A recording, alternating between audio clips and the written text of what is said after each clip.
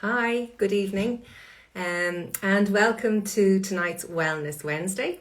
You're all very welcome, whether you're watching live or on the recording. For those of you who don't know me, I might introduce myself. My name is Louisa Canarns, or Louisa Cooling, excuse me, and I am a nutrition and lifestyle coach. And I work with busy people and help them make changes to their diet and lifestyle so that they can improve their overall health and wellness and enjoy peak mental and physical performance every day. Now, whether I'm working with people on a private one-to-one basis or in the corporate environment, I always look across the four pillars of health, which are nutrition, movement, sleep and self-care. Because really it's when we start making small changes on a consistent basis across the four pillars of health, we really start to notice an improvement in our overall feelings of wellness, and we get to reach our health goals, whatever they might be. Now my guest this evening is Clare McKenna, well-known TV and radio presenter and host of Sunday morning's Alive and Kicking show on News Talk. I'm really excited to chat to Clare. We'll be talking about Clare's Operation Peak Health, which was something that she embarked on at the beginning of last year. And I'm really interested to see how things went for her, especially with the added challenges and complexities of COVID and everything that brought along with it. So what have been Clare's big takeaways and what is in her toolkit of wellness? Well, I'm going to patch her in now, hopefully, and we will get to find out just exactly what that is. Okay, so let me see.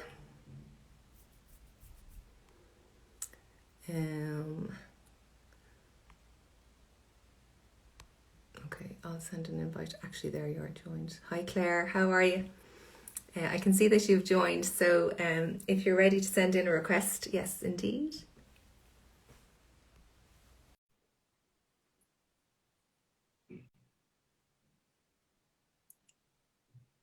Just waiting. Oh, great. Hi, Clare. How are you? I'm very good. How are you? I'm good. Thank you very much. Thank you so much for having me. Your backdrop is a little bit better than mine. It's fine. And thank you so much for doing this.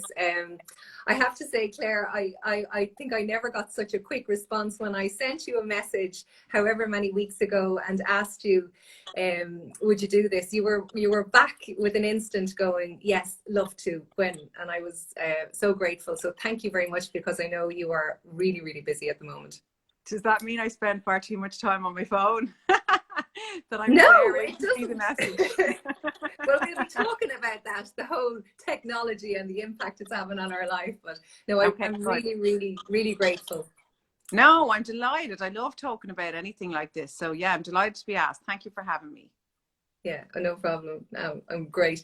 I gave a little brief intro, and I mean, obviously, Operation Peak Health was a big thing, and it's been in the papers and different things like that. But just even to pare it back, I mean, like a lot of us, you're juggling a lot of things in terms of work and being a mum and everything else that life is throwing at us. So just be interested to know, how do you stay well? But firstly, what does feeling well or looking well, what's your take on it? Well, first, I'd have to say, I just want to be clear that I certainly don't have everything together. I don't want anyone to be sitting watching going, oh my God, she's got it all going. She's got the career, she's got the parenting, she's got the healthy eating, she knows it 100%. We're all the same, I hope. I'm the exact same. I forget to arrange to pick up my kids when I'm in the middle of work. I'm sending furious texts. I fall off the wagon of healthy eating some weeks. I fall off the wagon of exercise other weeks.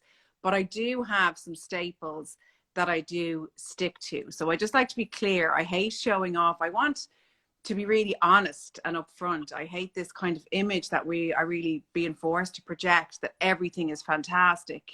And, we have to have perfect relationships and perfect parenting and perfect bodies and perfect eating and perfect, that it just doesn't exist. And I think when you hear that from somebody, I listened to a brilliant podcast between Fern Cotton and Billy Piper on Fern Cotton's Happy Place, and they were both like, you know, they're obviously really doing well in their careers. And Billie Piper was like, I cry in my bed most nights thinking I'll do better tomorrow. And I was like, wow. So that's where I want to start, with something along those lines, that I still struggle and fuck up all the time. And I just want to be really clear about that, if you'll excuse my French.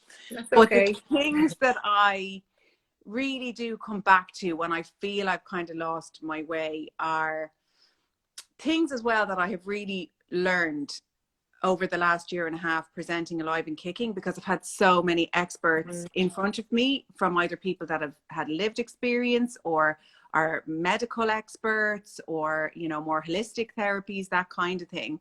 So the things that have come up time and time again are moving your body, eating well, sleeping, and staying connected. And I kind of see that as like staying connected with friends and family and having that social side of things, but also learning. I find learning something that's really important to me. So whether I'm doing some kind of course or something to do with work, or like a podcast has become a brilliant thing to keep my mind kind of going, and staying connected in some way to give back. Now, look, myself and my daughter just went out. It's Nature Week at school, and we picked up rubbish out and about. Like, so it can be something as simple as that, or it can be as big as volunteering, or, you know, just doing something nice. So I think they're the staples. But I think what's changed for me over the years, I used to really beat myself over the back with all of this, and everything used to be really strict, you know, bad food, good food, being good, cheat meals, all that. I have done away with all of that. And if I was going to be exercising, I was going to have to be punishing my body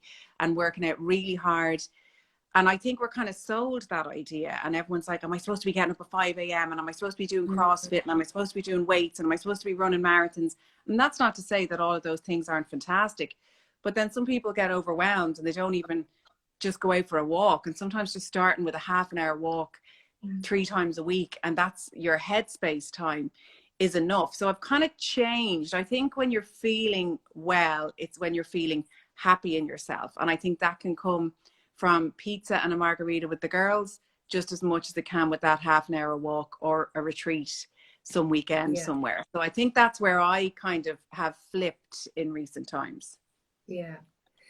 It is so interesting. And again, you mentioned those pillars of health, which I work across. It's trying to get a balance across the 4. And probably for me, it's the sleep and the self-care that I kind of, they go jockey between first and second place. Because I think if they're not working, it just is so hard then to kind of make the right choices, you know, in terms of food, whatever that might be for you, and fulfilling your exercise. And so you kind of talk a lot about your wellness and your non-negotiable things. How do you stay well? What sort of is really important for you in terms of mental health? Well, food is really important to me. I love food for a start. But I have always kind of veered towards the kind of healthier choices. I love a big array of different fruits, veg. I love to cook. That would always really appeal to me. I do love eating, you know, fast food from time to time, but it wouldn't really be my thing. So I think I do have a lean towards that for sure. And, you know, the kids kind of laugh at me, you know, and they kind of say, we don't have to be healthy all the time, Mom. But that is just inbuilt in me. You know, like a McDonald's just wouldn't appeal to me. Even if my husband and kids are getting it, that just would not be my thing. I'd be far more excited to get like a kind of a sushi, or like go to an Asian place where there's loads of different veg and fruit and or fish and stuff in front of me. That would really appeal to me more than anything. So I suppose I have a leaning towards that. And if we go to a hotel and the food just isn't great, like I'm just not kind of happy. It's real non-negotiable. I want lots of veg. I want lots of fresh food. And I want lots of healthy stuff. And I think we're really spoiled in Ireland. You know, quite often we'll go on the continent. And not that we're not all gagging. We'd go anywhere we were allowed now. But, you know, if you end up somewhere and it's great because you have the sun and you have the beach, but then you've got all those kind of restaurants. And I know they serve a purpose, but they just have all their pictures of their food at the front. And it's like fried chips with, you know, a toasted ham and cheese, like I'm just like coming out in a cold sweat. I just know in my heart of hearts, this is not the place for me. And that's not in a snobby kind of way, you know, it's just, that's a non-negotiable for me, is that there be good food around. Were you always like that, Claire? Is that something that has changed, do you think? Because I know you've met and you've spoken with so many people through Alive and Kicking, and you know, maybe you've kind of cut through all the, I don't know, the information, because there's so much out there. But has food and your outlook on food and just literally what you've described, has that changed? Yes. I had a guy in called Daniel Davey, and he came about totally by chance. I was supposed to have an author in, and there was a bit of a mix up, and she ended up on one of the shows in News Talk during the week, and she was really apologetic, and she said, look, I'm really sorry. She said, look, can I help you out for Sunday? There's a guy who has a new cookbook out. Would you be interested? We said, yeah. So it wasn't even, excuse me, something that I had necessarily sought out. And this guy arrived in, and the kind of information on him and the cookbook said that he was a performance nutritionist. He works with the Leinster rugby team and the Dublin senior football team. And his food was all about fueling your body, and went into quite a lot of the science behind how you fuel your body and how to fuel your body, you know, correctly, and making sure what was on each part of your plate, and that he had come from Sligo and a farming background, and that he just appreciated good food and where it came from, farm to fork type thing.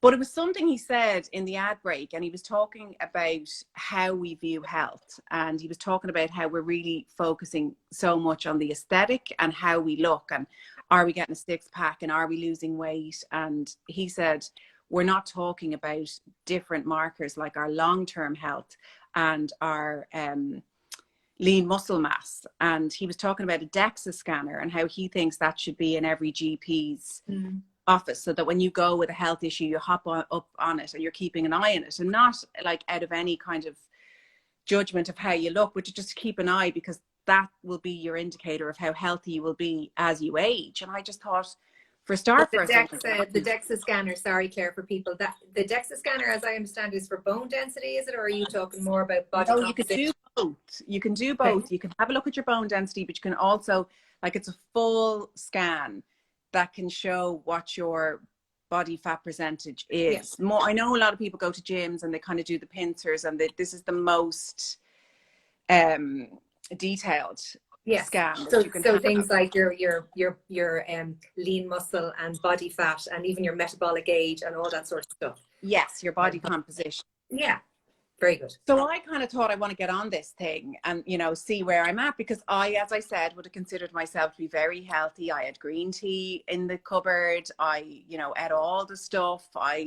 But I had got lost, as you said, over the years. I was like, am I paleo? Am I vegan? Am I eating meat? Am I not eating meat? I was like ordering almond milk lattes with no real understanding as to why I was doing it. If people know why they're doing it and they're making sure they're getting all their right nutrients, there's nothing wrong with almond milk. But I was kind of being led by fads and diets, and I got really confused about the whole thing.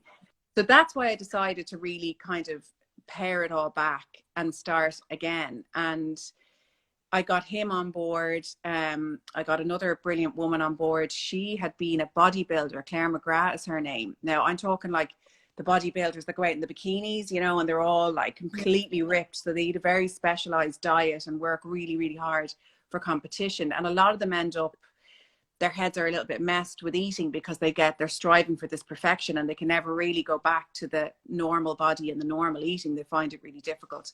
So her and this other girl, Rosie, that she'd met on the circuit, had set up this organization now where they kind of talk about food and all that side of things. And I had really, she had mentioned working with somebody, I won't name her because it's not my story, but she'd be quite well known in Irish circles. And she was like, I want you to train me for my wedding. I want to be in really good shape. And she was like, but you are in really good shape.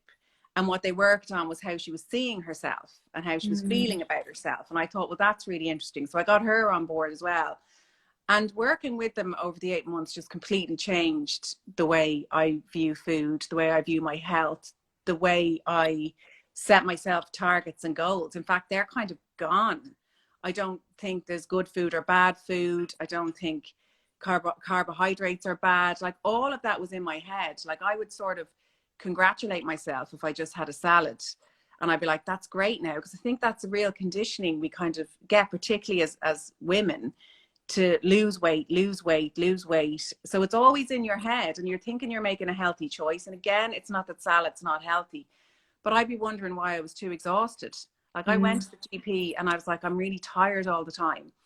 And I just wasn't fueling my body correctly. And, you know, I'm just sad that it's taken me to my 40s and to working in this industry and getting that expert opinion to come to that viewpoint. But it's still, to have even come to that, I think, is a massive achievement, to be kind of listening to your body and to be able to respond. I mean, it changes probably from person to person. And in fact, even what suits you now may not suit you in another 2 to 3 to 4 years, depending on the different life stages. So I think it's fantastic at whatever stage a person sort of appreciates what's good for them and what suits them. And everyone is different. But it is so confusing, and it definitely is. And I love the way you say you pare it all back, and I think that's what's so important, bringing it back to basics and just learning how to put a plate of food together. What's a healthy plate? And then adjusting it a little bit to suit you and whatever your needs are, whatever your tastes are.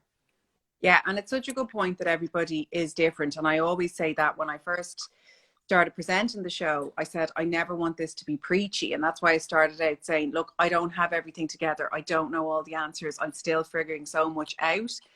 And because I think that's really important. Everyone's at different stages. Everyone's got different priorities. And you have to find what works for you with your food, with, you know, getting out and moving your body. That's why I said that. For somebody, it's the walk. For somebody, it's yoga.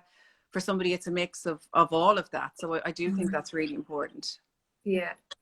But in terms then of, say, I know you're very much into meditation. Is that something that you would always have done, or is that something that you've really focused on, particularly over the last year or year and a half? Yeah, I mean, it's just become more and more mainstream, hasn't it? That you're just hearing it more and more. So I would never have really heard of that in my like kind of 20s or even really into my 30s. Around that time, I would have done a lot of kind of positive thinking courses. I got sent on one of those in one of my earliest jobs. And that's what I think really started me on all of this, kind of the mind-body connection. And an introduction to just something a little bit outside the norm, if you will. I mean, if you picture me in the 20s, you know, just reading magazines and listening to the radio, to be introduced to that side of things was maybe my first foray into that. And I would have always been into self-care. I would have always have been into heading off for my facials, and any hotel we went to, I was straight off to the sauna steam room. So I was definitely always into taking a bit of time and taking a bit of quiet time, and being from Howth, up around the cliffs, up, gone, out. So yes, I did have an appreciation for that kind of thing, but I didn't have a label on it. And it seemed to be the one box that I just couldn't tick. I just couldn't. I'm quite a go person. I like to be busy. I like to be organizing, you know, so being still is not something that I hugely au fait with, or that I would gravitate to. So I did a mindfulness course last year. I think it was seeing Brezzy had done a master's in mindfulness, really made me think that's what I need. I need to study it. I need to understand what's going on under the bonnet of it.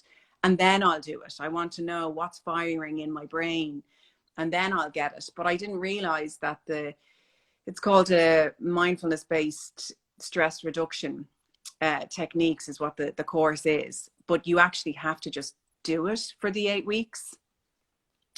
And we met on a Monday, it was all online, and then you'd be set kind of mindfulness and meditation tasks, like that half an hour of basically being still every day. And I did it. Obviously the first week or two, I was like, oh geez, it's Wednesday, I haven't done it yet. And then slowly I got really into it, because you were rocking up on a Monday and everyone was having their shared experience.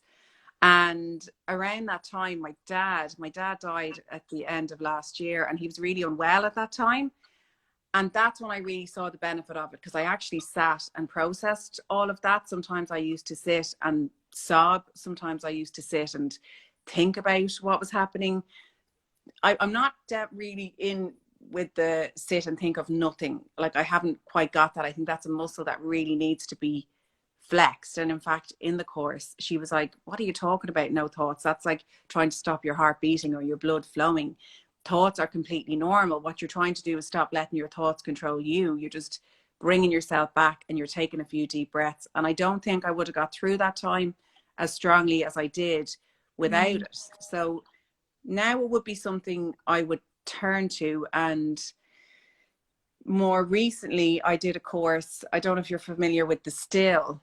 They're on Instagram. It's Daniela Moyles and a girl called Natasha Vavaskor, and they do a Wake Up Well week where you join them at 6 and you do 15 minutes of mindful drinking a hot drink, 15 minutes of breath work with actually Neil, who's like a Wim Hof practitioner, and 15 minutes of movement.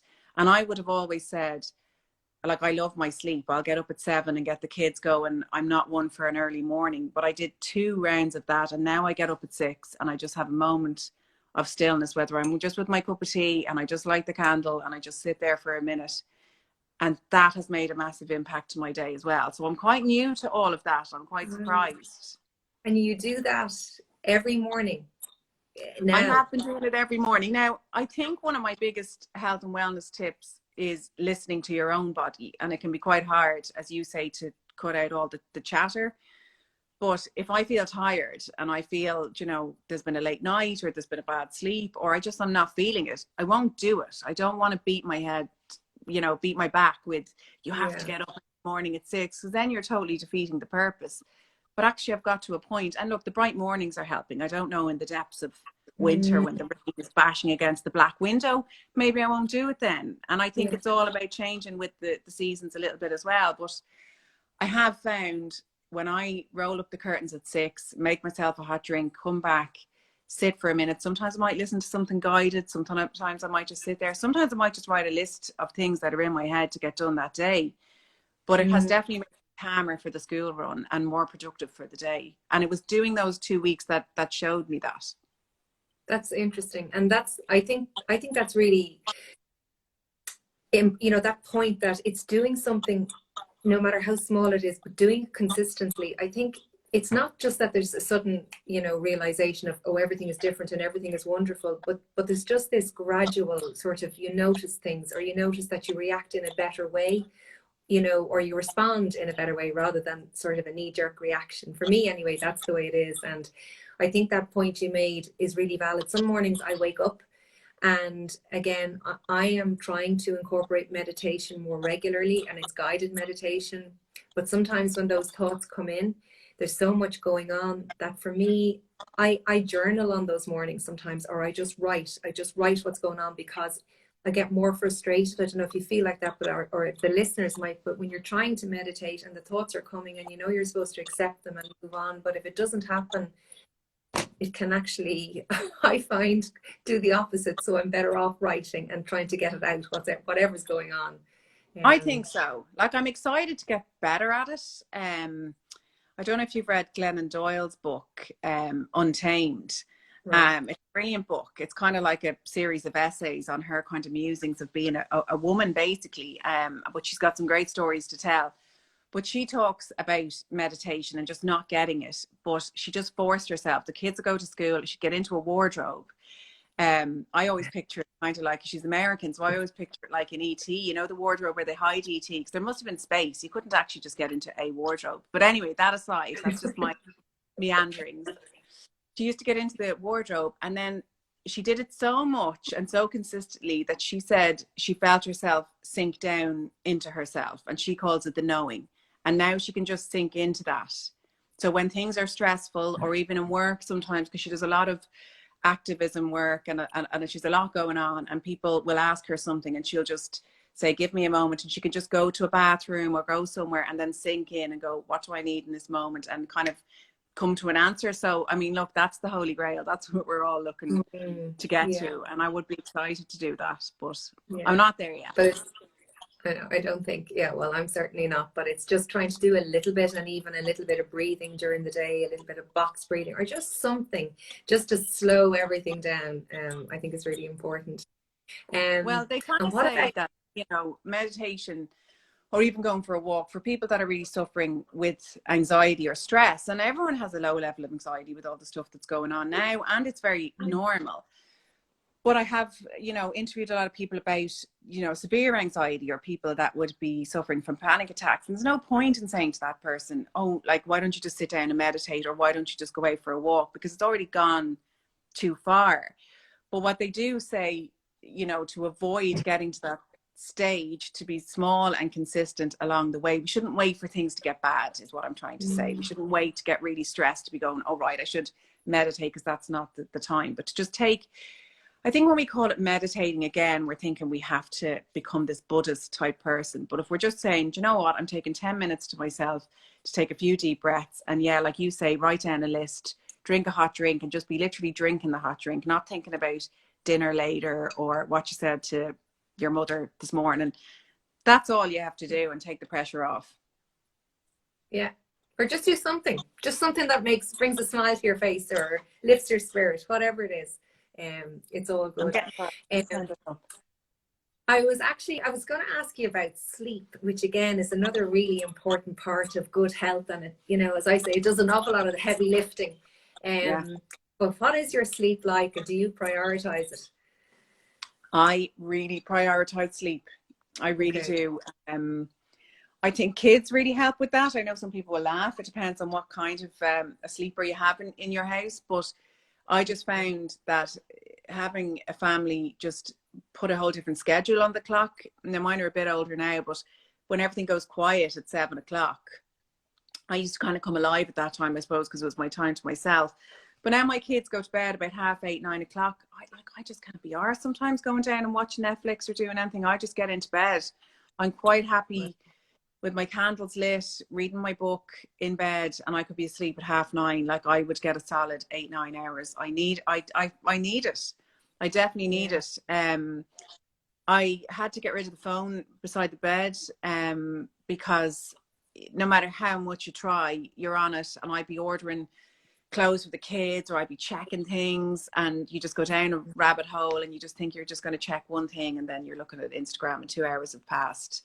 And I might fall asleep with the phone in my hand. So I think it's helping me nod off, but I will have really poor sleep. And I've definitely noticed that on the nights where I don't have the phone by my bed, I sleep much better. So that's become an unfortunate non-negotiable for me. But there are times when I'll be like, do you know what? I'm bringing the phone to the bed for a little treat, and I'm going to have a flick through, and I'm going to look at the Daily Mail as well. And it's going to be absolutely filthy gossip and fashion, and that's fine too. Yeah. Do you have it well sussed? I'm really envious. I bring the phone to bed, not to kind of scroll, because I know that's not good for me, but I love to listen to things or sleep stories or whatever. So I feel it's there, but you do have the sneaky, you know, the way you just kind of have a little look, and it is a bad habit. I was never like that. I think really COVID has just changed everything, because we're just on screens all the time. Everything is virtual, Zooming during the day, phone, and I just think it's been bad habits, and I need to break them. But yeah, I think it's a good idea to leave the phone outside. I know we're told to do that. I got this thing. I don't know if it'll reach over here, or if you'll see it properly. This is like a wake you up light alarm clock. So like, it's like that. So now I have it, because that's my excuse. My excuse was I need the phone for the time, and I need the phone to wake me up in the morning. So I got this, and like, I don't actually bother with getting it to wake me up with the light. I don't really know how to work it properly, to be honest. And it kind of annoys me, because it wakes you up for half an hour before you actually have to get up, and it's just getting brighter and brighter. Sure, look, you have that coming through now in the windows as it is these mornings. But that made a big difference, because it's just the excuse. Now, I don't know, it depends. I'm a real reader. I love reading books, so I'm really happy with a book. And I also have to read quite a lot of books for work. Like, if I'm interviewing somebody about their book, I will read the book. And I know not everybody has time to do that, but I'm interested. So I've always got about 3 books on the go. So Yeah. yeah, I don't really have time to have a phone by the bed.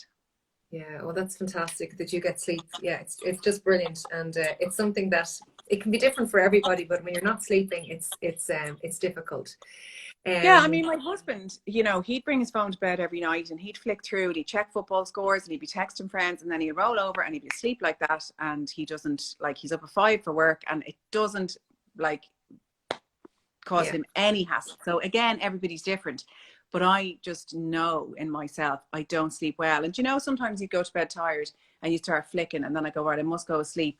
And then my eyes feel like that underneath the eyelids. They're like alive, wide awake. It's my brain is still ticking over. So yeah, yeah, I'm afraid it's a health and wellness tip. Leave the phone downstairs. You get it in the morning and you'll be happy to see it in the morning. Absence makes the heart grow fonder. yeah. Yeah, no, definitely. And actually, for the last while, I've started to just turn it on airplane mode. I bring it up because I do listen to books. I love listening to actually listen to Dermot Whelan's Mindful at the moment, and I listen to that. I listen to half an hour of that, and I do fall asleep when that's on. Nothing to do with the content, obviously, but I do enjoy it. But at least putting it on airplane mode is just slightly. There's nothing coming through. Um, so just in terms of, again, how do you stay motivated? I'm sure you've interviewed an awful lot of people in terms of, you know, these guys that, you know, healthy habits and how to kind of build in new habits and how to stay motivated. But what have you picked up, or what do you think, or what keeps you motivated? Well, me, it's like checking in with myself, definitely. I mean, I might not be at the Glennon Doyle getting into my knowing stage, but I definitely know myself. I definitely know when I'm off kilter. I definitely know when I'm feeling good. So that's kind of my marker for where I'm at. So say I'll be honest, like the last, I don't know, month, I kind of fell off the wagon. I'd be coming home, I'd be cooking dinner. I'd noticed this, like the mindless snacking had kind of, unconscious kind of snacking had kicked in. So Mm, I might be, eating something while I was cooking dinner. And I just was a bit all over the place and I wasn't as motivated to prepare in advance. And, after a while, that's fine for a little while. And for a little while, I'm like, gosh, I love these crisps. I forgot how much I love them. Cut to 2 weeks later, for me, I'm like, no, I'm done. I reach a point where that's what kind of spurs me on. I'm like, right, starting tomorrow now, I'm going to cook this. I've got my breakfast now organized for the week or whatever. Like I said, it's not in a very stressed or critical manner the way it might have been in my kind of early 20s, but it's like that catching myself that I know what's not serving me at that time. Like the phone can sneak back up and there can be a week, Louisa, where it is beside the bed and I'm like, no, you're knackered, you know what that is, get the phone back downstairs again. So those little triggers will kind of get me and I'll know yeah, what to say to myself or what I need to give a tweak. But of the people that I met, Andy Ramage was a really interesting one. He founded no 1 year no beer, and that's kind of a challenge, as it says, to stop drinking and goes on. So he got really into that, and he kind of believes that that's key to really pushing yourself forward. I'm not on that bus necessarily either. But what he says about motivation is start small. And I was really surprised with how small. He went and studied all the psychology of it. And he has a book specifically on that and a course on that, which I did.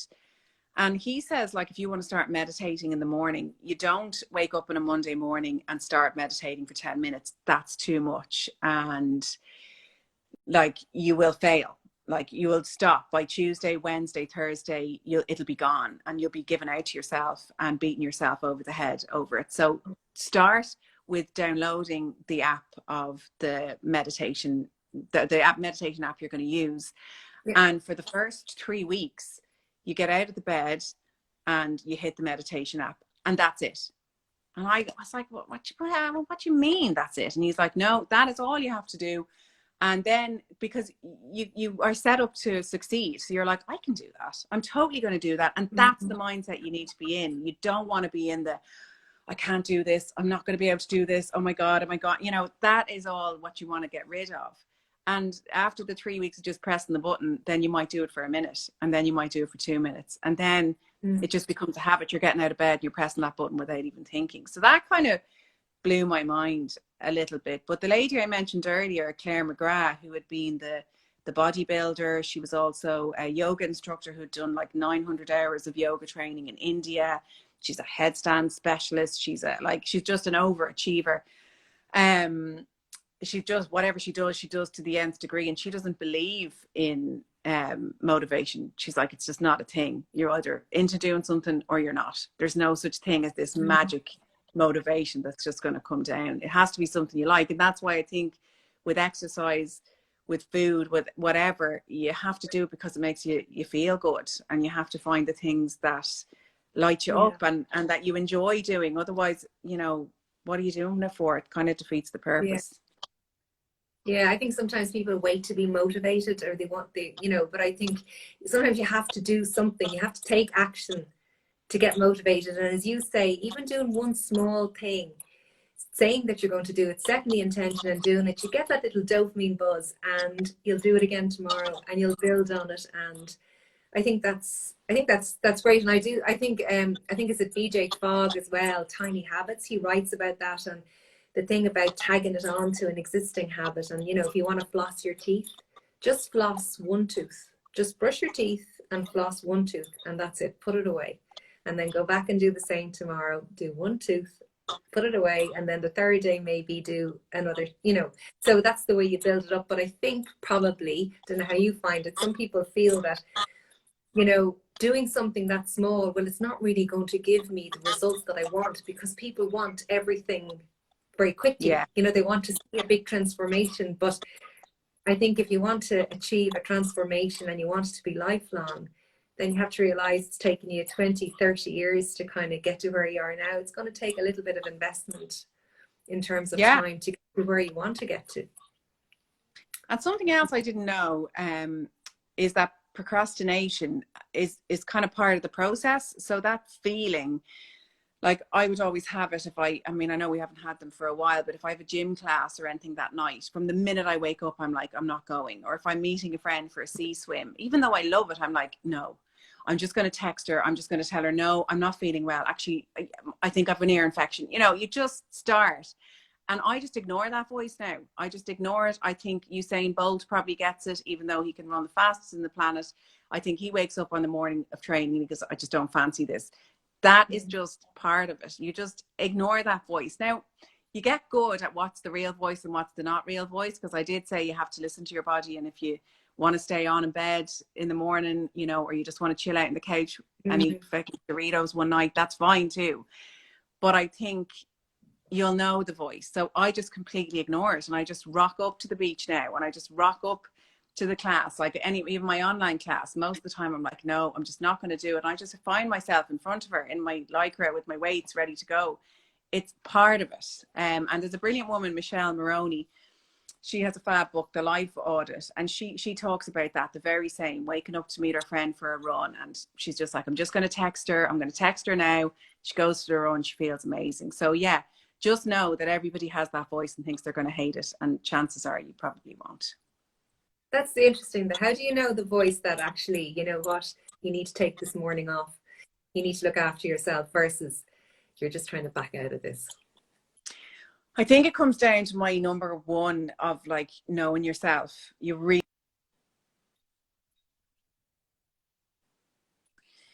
get to learn your triggers, your boundaries, why you do what you do. And when you take that time, and that's kind of where things like meditation and that come in, because you're actually taking time to be still, and it's not like all your biggest worries and fears all come rushing up and you just sit there, but you do get a little understanding of things when you spend a bit of time with yourself. I know it sounds like I'm not describing it very well, but the more time you spend like on yourself, I think you do, that's where you get to know what the real voice is and what the the messer one really is. I met a brilliant woman who kind of blew my mind last week, Carla Bredden. She is an intuitive eating counselor, and she was kind of talking all about intuitive eating. And I think we assume that if we're going to follow our intuition with food, that we're just constantly going to be led to you know, Ben and Jerry's and pizza, but that's not really true, because I think we all know, do you know, even sometimes on holidays, I know we're always dreading for it to be over, but sometimes you're like, I just need to get back to a bit of normal food. Do you know, that last night of dessert and wine, after a while, your body does kind of go, enough. Like, the messages are there, and whether we choose to hear them or not. Yeah. It's absolutely a skill. Yeah, it is. It is. And I think it is that the body is amazing, and it is just learning to tune in, and we all can do it, but it just takes, I suppose, take off the earmuffs. There's a couple of comments there, actually. I don't know if there's questions. Georgie Crawford, I have always been in awe of your healthy habits, Clare. Well, look, really sister, nice. I'm in awe of you for sure. Kathy O'Connor style. It's great advice. Lovely. Thank you. If any people have any questions for you, I'm sure, Clare, you would love, although we have been 40 minutes on. I don't want to take up too much of your time. Not at all, please. No problem at all. I talk a lot. See, I talk for a living. This is what happens. I'm just putting the charger in so we don't get cut off. I love that. Yeah, because the picture has kind of gone a bit fuzzy, so I don't know if that's the internet connection, or I don't know what it is. But anyway, hopefully it's be okay.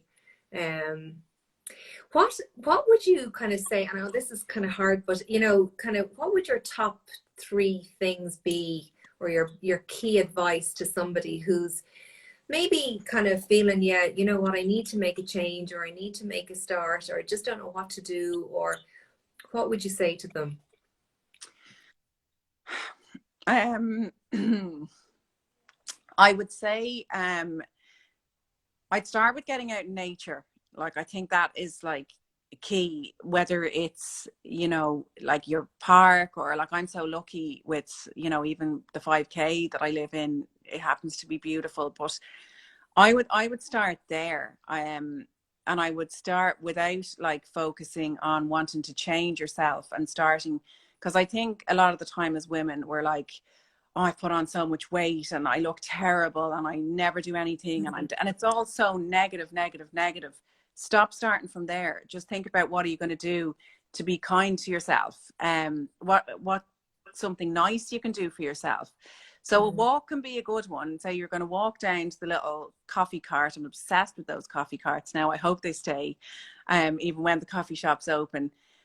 Even something like that, I think, is a gorgeous place to start. You know, meet a friend, go for that walk, have that coffee, and on the walk back, I bet you things will be popping into your head, and you're like, no, I'm going to do that, and I'm going to do this. And don't start with loads. Like, start really small like that, and come from a place of kindness, and really focus on wanting to feel good, and wanting to increase your energy levels, and wanting to fuel your body correctly. Not like, and that's it, and I'm not eating any more chocolate, and I'm not doing this, and I'm not doing that, because that's just mean. You know, that's where I'd say start like by stopping being mean to yourself. Yeah, I think that's fantastic. I do think we're so hard on ourselves. Things we say to ourselves, we wouldn't dream of saying to a friend. You know, I think that's so. If somebody comes to you and they have an issue, or they feel let down, or they feel things aren't going well, we put our arms around them. Well, we don't do it quite now at the moment, but you know, we are there for them. We pick them up. We point out their strengths and all the good things they have done, and what a fantastic person they are, etc., etc. Yet the things we say to ourselves is sometimes can be so hard. So I totally agree. I think that's the best place to start, is to be kind, pick out the positives, and see what you can do to make a difference. Yeah. And I mean, look, I think men are kind of, you know, they have their things as well. And there's a lot of focus on the aesthetic for men now and how they should look. But I think women are having a bit of a revolution at the minute. Women are coming out now. And for too long, we've been held back by how we look and what we do. And I think it stops women from, like, I've worked in TV and radio for years. And, you know, if you have a panel show, if you ring a woman and say, we're doing a panel tonight on anything, can you be there at 7:00? She'll say no. Chances are she'll say no. It'll be very difficult to get a woman. Now, that can be because of childcare issues. That can be for all kinds of things. But you ring a man, he'll be there. You ring a man at like 6:30 and say, can you be out at 7? You'll get one, no problem. And I can't help but think that part of that is because a woman's like, oh, geez, I haven't got my blow dry, or Jesus, you know, I've put on a bit of weight. I know I'm not feeling great today. No, I'm not. Or that kind of fact that you hear that you know, women will only apply for jobs that they're 90% qualified for, whereas a man will apply for a job he's 50% qualified for, and like have that confidence in himself Yeah. to just think he'll fake it till he makes it, or, you know, whatever. So I think we need to start being kind to ourselves, because I think it's been a big thing that's held us back, that we're always waiting till we get to a particular weight, or waiting. Yeah. And look, haven't we learned in the past year, like, look what we can do with no hairdresser. We can do all sorts. Absolutely. I completely agree with you. I think that number on the scales, I think, you know, even for myself, it ruled the day, you know, whether it read what you wanted it to read or it didn't. It would dictate your feelings and your emotions for the day. And after all, it's only a number on the scales. And even if it registers what you want it to register, if you're not feeling good, then it absolutely doesn't make sense. It doesn't actually mean anything. So it is, as you say, it's all about feeling energized and feeling alive and feeling healthy. That's more important. Yeah. And I can honestly say, after a year of living that way, for like that piece, and when I did that for the Independent, like, I'm not going to lie, I really, part of me wanted at the end of the year to have this photo shoot where I was completely ripped and be like, look at me, I've got it all together and I figured it out, and I do my green smoothie in the morning and look at me now. And look, my body didn't change that much, because it didn't really need to change that much. It wasn't about that. I felt much better in myself. I felt so much better in myself, and I don't have any stress associated with food anymore, or exercise, or any of that. They're all just part of things I do to feel good. So it does work. I can attest to that for sure. And I think when we live looking at Instagram and all this kind of stuff, you never really know what's going on in people's lives. So what you see as an image and think looks so perfect. I know we're talking a lot now about filters and everything. You know, sometimes we're trying to live up to something that isn't real. Another brilliant guest I have regularly on the show is Orla Walsh. She's a dietitian, and she puts up real no nonsense advice. And she had a picture recently of female abs, like a six pack, you know, which I don't think there's many people watching wouldn't fancy a six pack. I know I certainly would after 2 babies, but she said, just remember, to get a six pack, I might get the figures wrong, but you know, women have to have a body fat percentage of 11%, and fertility will be affected by that. And you have to think about what you're messing with. And, you know, I never really thought of that when you're not eating properly, you're slowing down your metabolism. When you're not getting the right amount of nutrients, there can be consequences for that. Like for my wedding, for example, I went gung-ho into training and had a personal trainer who, look, you know, he was a good guy, you know, in his own way and everything, but I followed like everything he did to the nth degree and more.